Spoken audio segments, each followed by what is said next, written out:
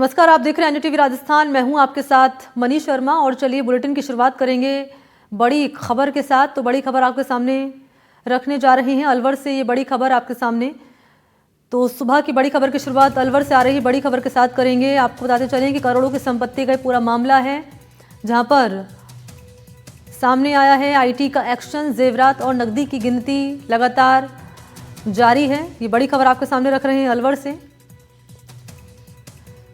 तो Alwar IT action से जुड़ी हुई ये खबर, त्रेहान होम डेवलपर के पास से मिले करोड़ों की संपत्ति। कार्रवाई के पहले दिन 5.5 करोड़ रुपए की नकदी, 7 करोड़ रुपए के जेवरात जब्त किए गए हैं। जब्त जेवरात और नकदी की गिनती जारी है। आईटी की छापेमारी में कई दस्तावेज जब्त हुए हैं। फरीदाबाद, गुरुग्राम और अलवर से करीब 110 करोड़ रुपए के लेन-देन के दस्तावेज मिले हैं। टैक्स चोरी की शिकायत के बाद त्रेहान होम डेवलपर पर आईटी ने रेड की है। प्लॉट, फ्लैट, मकान, विला कैश में बेचने के दस्तावेज भी मिले हैं। तो कार्रवाई में अब तक करोड़ों रुपए की संपत्ति जब्त की गई है। त्रेहान होम डेवलपर के खिलाफ ये कार्रवाई हुई है अलवर में। जानकारी यह है कि पहले दिन की कार्रवाई के दौरान 5.5 करोड़ रुपए की नकदी, 7 करोड़ रुपए के जेवरात इनकम टैक्स की टीम अब तक जब्त कर चुकी है। सभी टीमों को फरीदाबाद, गुरुग्राम और अलवर से करीब 110 करोड़ रुपए के प्लॉट का कैश लेन देन के दस्तावेज मिले हैं। प्रॉपर्टी के वैल्यूएशन के लिए भी अलग टीम लगी हुई है। सभी जगह मिले प्लॉट, फ्लैट, मकान, विला कैश में बेचने के दस्तावेजों को इनकम टैक्स की टीम ने अपने कब्जे में ले लिया है और जांच लगातार जारी है। कल अलवर में त्रेहान होम डेवलपर्स के ठिकानों पर इनकम टैक्स ने छापेमारी की है। दिल्ली से आए आईटी अधिकारियों ने अपना घर, शालीमार के ऑफिस और शालीमार के मालिक अशोक सैनी के घर पर ये कार्रवाई हुई है। आईटी रेड से 2 दिन पहले अमृत कलश सोसाइटी के एक फ्लैट में रहने वाले आनंद गुप्ता ने त्रेहान होम डेवलपर्स के खिलाफ धोखाधड़ी की एफआईआर दर्ज कराई थी।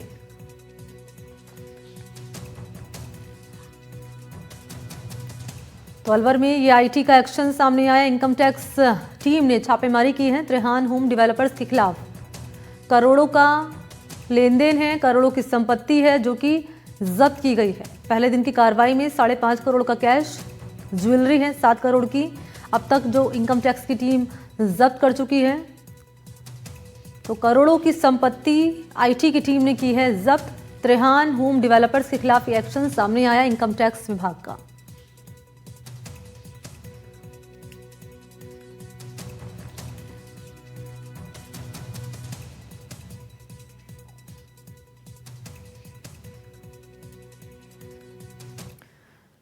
और न केवल अलवर बल्कि फरीदाबाद, गुरुग्राम और अलग अलग शहर हैं जहां पर जो आईटी की टीम है वो लगातार कार्रवाई कर रही है। और कुल मिलाकर 110 करोड़ रुपए का लेन देन जो है उसका दस्तावेज यहां पर मिला है। क्योंकि अलवर में भी कार्रवाई चल रही है और वहीं से मेरे सहयोगी मुदित गौड़ इस वक्त मेरे साथ जुड़ चुके हैं। उनके पास लिए चलते हैं, लाइव मौजूद हैं और जरा जान लेते हैं मुदित से इस पूरे मामले को लेकर क्या एक्शन सामने आ रहा है। मुदित, क्या अपडेट है इस पूरे मामले को लेकर अब तक आपके पास? जी बिल्कुल, इस पूरे मामले को लेकर के अभी 24 घंटे से अधिक समय बीत चुका है और ये जो आयकर विभाग की कार्रवाई है त्रेहान होम डेवलपर्स के खिलाफ, ये लगातार जो सर्च ऑपरेशन चल रहा है अभी भी जारी है। और कल सुबह ये कार्रवाई शुरू हुई थी और उसके बाद से ही लगातार करीब 22 टीम 3 से 4 ठिकानों पर अलग अलग जगहों पर दबिश दे रही है। 7 टीम अलवर में इसकी जांच कर रही है, 6 टीम गुरुग्राम में है और 6 टीम फरीदाबाद में है और 2 टीम भिवाड़ी में भी रखी गई है। तो ये जो इनके ठिकाने हैं उन पर सभी पर ये दस्तावेजों की जांच की जा रही है। कल शुरुआती दौर में ही जो पहली सूचना जो मिली सूत्रों के हवाले से, उसमें 51 लाख रुपए गुरुग्राम सीए के ऑफिस से नकद बरामद किए गए थे। और उसके बाद से ही लगातार अलवर में भी इस बात को लेकर के चर्चा थी कि काफी बड़ी नकदी मिल सकती है। लेकिन जैसे जानकारी में अभी रात तक जो सूत्रों के हवाले से खबर आई है उसमें 7 करोड़ रुपए की ज्वेलरी का हिसाब किताब वहां पर ज्वेलरी मिली है और 5 करोड़ रुपए की नकदी जो है अभी तीनों ठिकानों से मिल चुकी है, तीनों जगहों से। और करीब 110 करोड़ के जमीनों के दस्तावेज जो नकदी में पहचान किए गए हैं, नकदी में जो लिए गए हैं, उनके दस्तावेज जो है उनको भी आयकर विभाग ने अपने कब्जे में लिया है। और उसके बाद अब उनकी आकलन कराया जा रहा है किन जमीनों के वो पेपर्स हैं, किन जमीनों की खरीद फरोख्त इसमें की गई है।